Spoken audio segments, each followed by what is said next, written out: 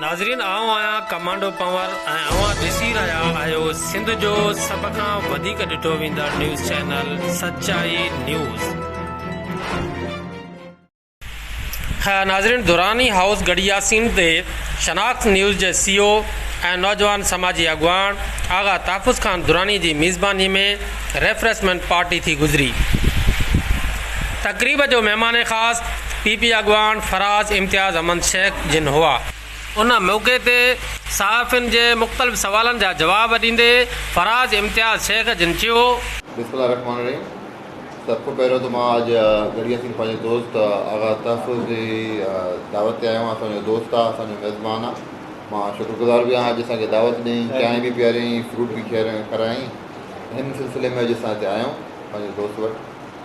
शिकारपुर में कुझु टाइम खां सूरत हाल लॉ एंड ऑर्डर जे हवाले सां थोड़ी ख़राब थी वई, बिगड़ी वई, त इन सिलसिले में SSP साहिबु नयो CM साहिबु मुक़ररु कयो आहे ऐं सुठो कमु करे पियो। अॼु इहो आहे बि कचहरी साइड ते पाण कैंप ऑफिस लॻाई अथई, हुते पाण वेहे थो ऐं ॿुधूं था की अॼु सुभाणे रेंजर सां गॾु ऐं पाक फौज सां गॾु ऑपरेशन कंदा ऐं असांखे उमेदु आहे की सुठो रिज़ल्ट मिलंदो ऐं हिकु दफ़ा ई पूरो इनजो ख़ात्मो करे छॾंदा ख़राबु सूरत हाल जो, बदमनी जो। इनशा असां काफ़ी सियासी तौर ते बि कमु कयूं था ऐं समाजी तौर ते बि कयूं था। असांजो दोस्त आगा साहिबु बि नौजवान आहे, इन फील्ड में लथो आहे ऐं वॾे जज़्बे सां कमु करे थो। जो आगा साहिबु सोशल मीडिया जे हवाले सां, पंहिंजो वेब चैनल जे हवाले सां हिकिड़ी वॾी अवेयरनेस पैदा करे थो यंगस्टर्स में, नौजवाननि सां मिले थो ऐं ख़ाली शिकारपुर ऐं गड़ियासीन जे हवाले सां न, पूरे सिंध में आगा साहिब जा प्रोग्राम तव्हां बि ॾिठा हूंदा ऐं एक्टिविटी रही आहे। मुंहिंजे सूरत हाल सां हा मां पाण पर्सनली मां चवंदुमि जो एजुकेशन सिस्टम हुजणु घुरिजे हुन मयार ते न आहे जो हुजणु घुरिजे। हिते काफ़ी कमु हले पियो। शिकारपुर जे हवाले सां तव्हांखे ॿुधायां, काफ़ी स्कूल्स आहिनि, असांजी स्कीम्स आहिनि। या हाई स्कूल 2 आहे, उनखे मॉडल स्कूल असां ठाहियूं पिया।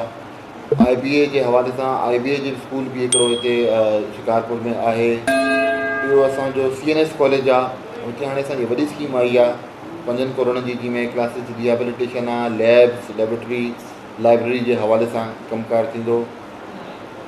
साल खनि पहिरियों CNS में ई कंप्यूटर लैब जो इब्तिदा इम्तियाज़ साहिबु कयो हिते।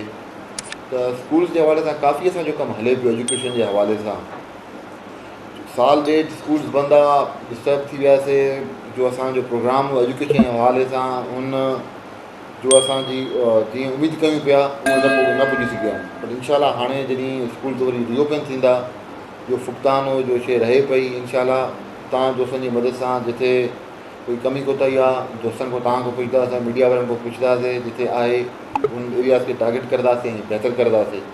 उमेदु आहे की बहितरी ईंदी। तव्हांखे मां हिकिड़ी ॻाल्हि ॿुधायां, शिकारपुर सिंध में तव्हां अगरि डिफरेंट मुख़्तलिफ़ ज़िलनि में ॾिसो, शिकारपुर सिविल अस्पताल जी कारकर्दगी ऐं सभु को बहितर थो।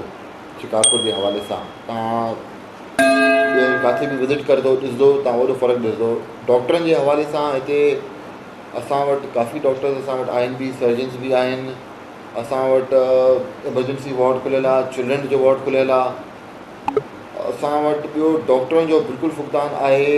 इन में इशूज़ आहिनि डॉक्टरनि जो, हिकिड़ो ड्यूटी जे हवाले सां जो हमेशह शिकायत रहे थी की माण्हू रेफर करनि था, उहो न हुजणु घुरिजे।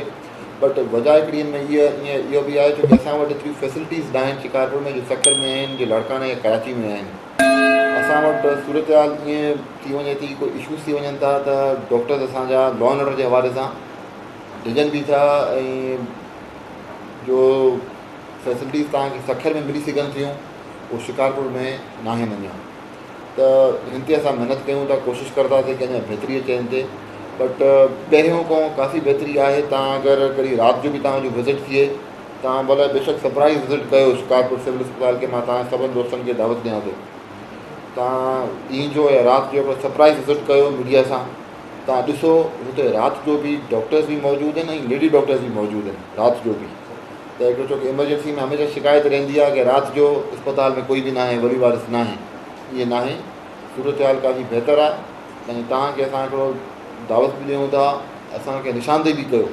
अगरि किथे कोई शइ खुटे थी, कोई अगरि इशू आहे त असांखे ॿुधायो, उहो बहितरी आणंदासीं, बहितरी कंदासीं। शेख यूनिवर्सिटी असांजो हिकिड़ो वॾो हिकिड़ो इम्तियाज़ साहिब जो पीपल्स पार्टी जी हुकूमत जो वॾो हिकिड़ो प्रोजेक्ट आहे असांजो गवर्नमेंट जो।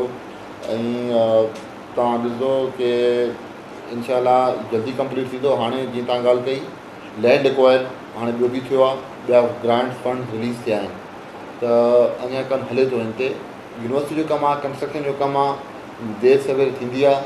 टेंडरिंग में अॼुकल्ह जे ज़माने में तव्हां पाण ॾिसो था ॾुखियो थी वियो आहे सिलसिलो, त इन में कोई रुकावट न आहे। फंड्स बि आयल आहिनि, तो जून जो महीनो हूंदो आहे, थोरी हिन में देरी थी वेंदी आहे, बट ॿी कोई रुकावट न आहे हिन में।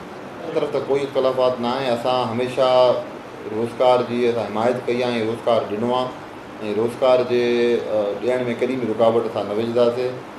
चेयरमैन साहिबु अगरि असांजो साबिक़ा चेयरमैन साहिबु नौकरियूं ॾिनियूं त सुठो थियो अथई। असांजी गवर्नमेंट जो बि मंशूर इहो ई आहे कि आवाम खे रोज़गार मिलणो घुरिजे। इन ॻाल्हि में मुंहिंजे हिसाब सां कोई सदाकत न आहे।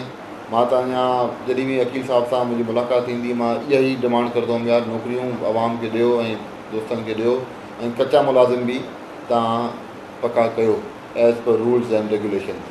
त मुंहिंजी शिकायत अगरि रही आहे वकील साहिब सां, इहा ई रही आहे कि असां नौकरियूं घणियूं म्युनिसिपालिटी में न ॾेई सघिया आहियूं, जो असांखे ॾियणियूं घुरिजनि। बट इन ॻाल्हि में कोई सदाकत न आहे कि रुकावट आई। त मां इम्तियाज़ साहिबु ऐं पीपल्स पार्टी जी हुकूमत हमेशह रोज़गार ॾियण जी हिमायत में आहियूं, कॾहिं रुकावट न विझंदासीं। तो बैरिया टाउन में जो थियो हिकिड़ो वाक़ियो, इहो तशद्दुद जो ऐं जो प्रॉपर्टी जी तबाही थी, इहो ग़लति आहे, ईअं न थियणो घुरिजे। छोकी हिते बैरिया टाउन में बि जो माण्हू रहनि था, काफ़ी सिंधी आहिनि, पंहिंजा असांजा सिंध जा माण्हू आहिनि, दोस्त रहनि था, कारोबार बि असांजो आहे। ऐं इहो तोड़ फोड़ लड़ाई झगड़ो असांखे कंहिंखे बि शोभो न ॾिए थो। हा, मगर कंहिंजा तहफ़ुज़ात आहिनि, कोई इशूज़ आहिनि कंहिं दोस्तनि जा, त उहो ज़रूरु एड्रेस करणा घुरिजनि। कंहिंसां ज़्यादती थी आहे, अगरि कंहिंजी ज़मीन ते कब्ज़ा थिया आहिनि, हिननि ते ज़रूरु तवजो ॾियणी घुरिजे ऐं जो स्टेक होल्डर्स जो बि आहिनि उन्हनि सां वेहनि ऐं उन्हनि जो मसइलो हल करनि। मगर तशद्दुद ऐं लड़ाई झगड़ो इन जो जवाब न आहे। नाज़रीन, मज़ीद खबरें और अपडेट्स के लिए देखते रहिए सच्चाई न्यूज़। आप हमारी खबरें किसी भी वक्त यूट्यूब, ट्विटर और फेसबुक पेज पर सच्चाई न्यूज़ स्पेल है SACHAR स्पेस NEWS लिखने के बाद सर्च करके देख सकते हैं।